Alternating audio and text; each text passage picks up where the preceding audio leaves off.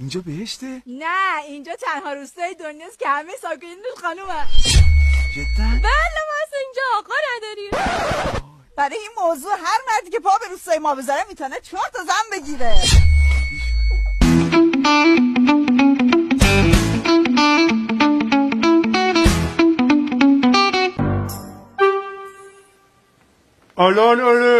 الان چیزی میخواد بگه؟ نه بابا اینا 2 سال پیش تصادف کردن این شکلی شدن. آخه خدا رحمتشون کنه. الان چی میگه؟ میگه خیلی مرسی ممنون. حالا ولش کنین شما تصمیمتون رو گرفتین؟ گفتین که نفر چند تا زن میتونیم بگیریم؟ 4 تا. استثنا من نمیشه 5 تا بگیرم. چرا میشه؟ منم که آها یکی که این باد بزنه، یکی دیگه هم که شما یکم بیاین طرف. آها اون آخریه. چیکار میکنی؟ به فروشی که نیومدی دست چی میکنی؟ ما هم آدمیم ما. بابا دعوا نکنین دیگه، به اندازه همتون هست. ببخشید حقیقت من و دوستان میگم هول شدیم، میشه یک فرصتی به ما بدین یکم فکرامون رو بکنیم؟ بله.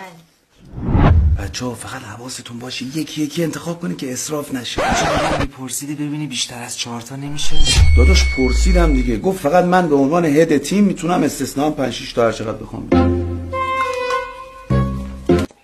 آخه چرا باید دروغ بگن؟ اینجا نوشته ما هم دقیقا مثل شما ماشینمون بنزین تمام کرده اومدیم توی این آبادی و هر کدوممون 4-5 تا زن دادن، انقدر از ما کار کشیدن که بعد 4 ماه سکته کردیم. معلوم نیست چه بلایی سر اینا آورده انقدر فرسوده شد. الان باید چیکار کنیم؟ باید بپیچیم به بازی. چی شد فکراتونو کردی؟ میدونی حقیقت من یکم پشیمون شد، نظرم عوض شد.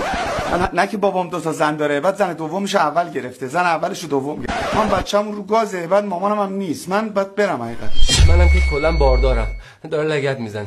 یعنی بابام بار آورده اگه خالی نکنم با لگد میزنه. منم که کلا امیرم بگیرم، یعنی نه بگیرم خرابه، امیرم دیگه، یعنی امیرم معروفن کلا دیگه نمیگیرم. خب پس ما بریم یه دوری بزنیم، اگه مورد بهتری پیدا نکردیم حتما باز مزاحمتون میشیم. فقط ببخشید شما تا کی بازی؟